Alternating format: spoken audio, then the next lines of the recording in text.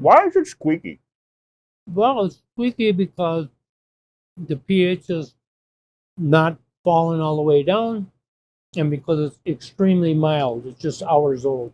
You have a to-go box? Pardon? To-go box. I'm gonna need a to-go box.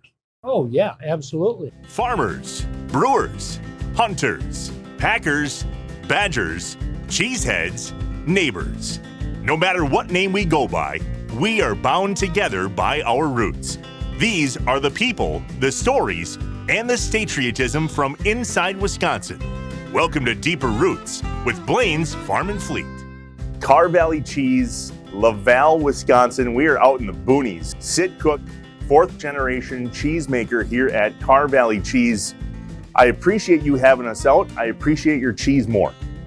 Well, thank you very much for coming out. It's a great opportunity for us to showcase what we do and tell our story. There's a showcase. I found one. We make about 100 different dairy products. We work with sheep milk, goat milk, and cow milk, and we do mixed milk cheeses as well.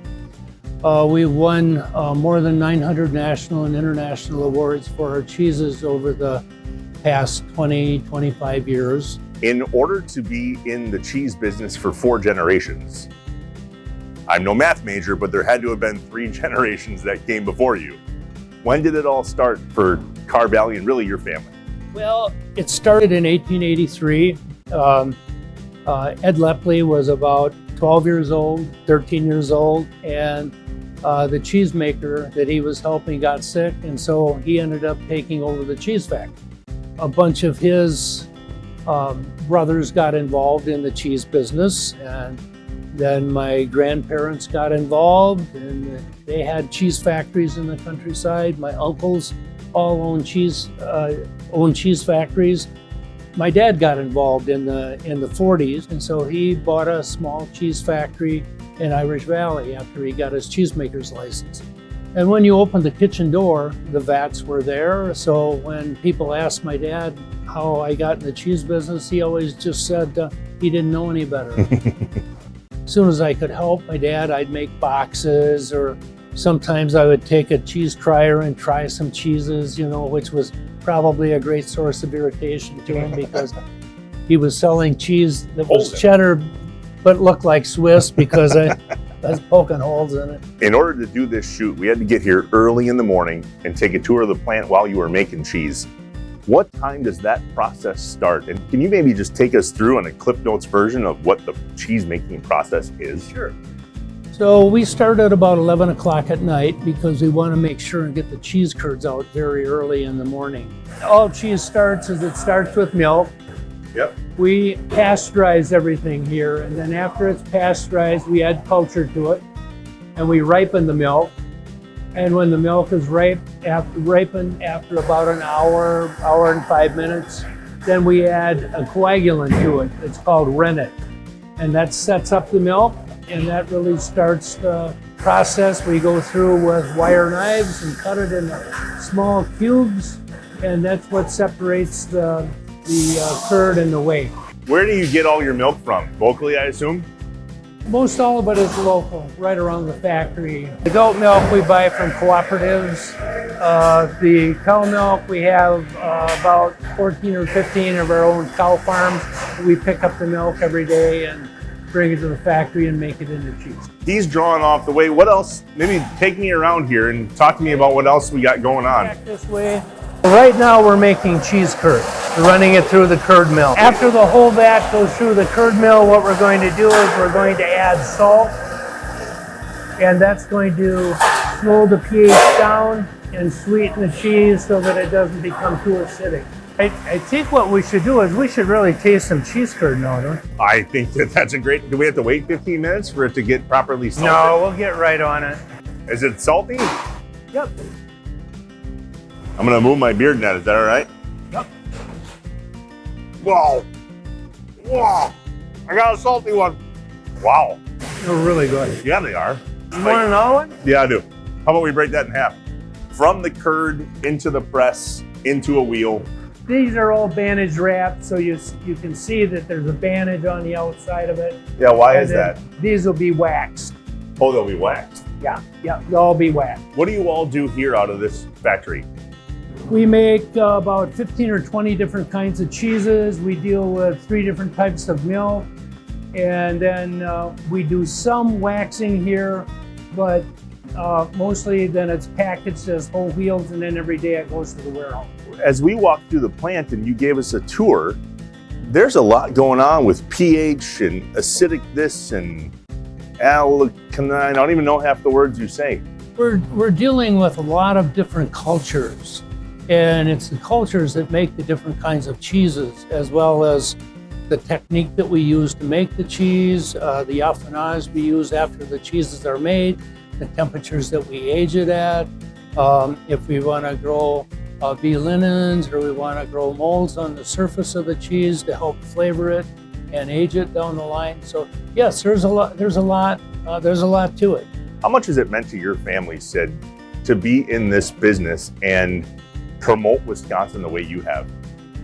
Well, for myself, it's been an identity because I've been doing it for so long and been involved in it for so long. But for us in the cheese business, we've got to have high quality milk. So really, in a way, it all begins with the farms and the farmers that we do business with. And then once it comes here, then we do our magic and sell the cheese. According to that vat behind you, there's a lot of cheese. There's a lot of cheese. Can we try some cheese now? Sure. Maybe we could start with some cheese curds. Start with cheese curds. We've got some colored cheese curds that were made this morning. Okay, you blew my mind earlier. I was today days old when you told me that cheese isn't yellow unless you make it yellow. It all is white. That's right. We add annatto to the milk, and then that colors the cheese. Cheese curds. Now what? What do we got? Bread cheese? So this is a cheese that you grill or you heat. You can saute it, you can microwave it, and it's best eaten warm, hot. Whoa, hot. What? What do you put in there to make it? It's magic. What do we got going? All right. Okay, this is a sheep milk cheese. You want to break some of that off? Sheep milk cheese. This is Marissa. So you taste the sweetness front side of your tongue. Yeah. Very creamy. This is the applewood smoked cheddar. And so it's smoked, and then we add paprika to the rind. Ooh, yeah. All right, 16 year. Yeah, it's 16 year. What am I getting into here? Oh, it's really good. You'll like it. Where do you like have a storage facility that? Oh yeah, at warehouse. Yeah. And no touchy. No, don't you dare touch that for another 12 years. They're there for 16 years. What do you think? Wow. Why? Why does it get better with age? Well, we hope that it does. All cheeses don't, but if they're made well, they do. What do you hang your hat on as a cheesemaker? What's that one thing that, by golly, this is what we're going to do and this is who we're going to be? What we wanted to do is have a good sound business that we could take care of people in our community, that our workers are local, and the communities and the factories that we and stores that we have, and really be part of the fabric of local communities. Not only buying milk, but selling cheese. I'm really grateful. This was a great tour, a great conversation. Your cheese is unbelievable. I am grateful for what you do. I know everybody else here is too, the state of Wisconsin. Even those people from Illinois, they're grateful. Yeah. You do a good job. Thank you for having us out. And keep doing what you're doing, please. Okay, I think we will. Whoa, that's good. Mm-hmm. There's 4 people behind the camera. Should we save some for them or do we just eat this and... I think we should eat it. Yeah, me too. We're gonna get one of each of these. Choose 3 of the 8. Okay, yep. What's this? No, that's just for show? Yeah, that's a 3-pound wheel. 3-pound wheel. Holy buckets. Well, I'm afraid I'm going to have to start carrying that for you. It's getting pretty heavy. What should a cheesemaker's headstone say? Like, eat more cheese or... Maybe you could say on the tombstone, you could say, on the way to cheeses. Hello. That's great. And there's another episode of Deeper Roots with our friends at Blain's Farm and Fleet in the books. Those cheese curds, super squeaky and really good. Why are they squeaky? If you want to enjoy them for yourself, you should. I highly recommend it. Head to one of Carr Valley's 7 locations throughout the state and check them out online as well. carvalleycheese.com. You can also head to our website and fill out the form to nominate someone to be our next Deeper Roots guest. Could be you, could be a friend, could be a loved one. Let us know. Just go to farmandfleet.com/deeperroots. And of course, don't forget to like and comment below. Smash subscribe on YouTube or share on Meta.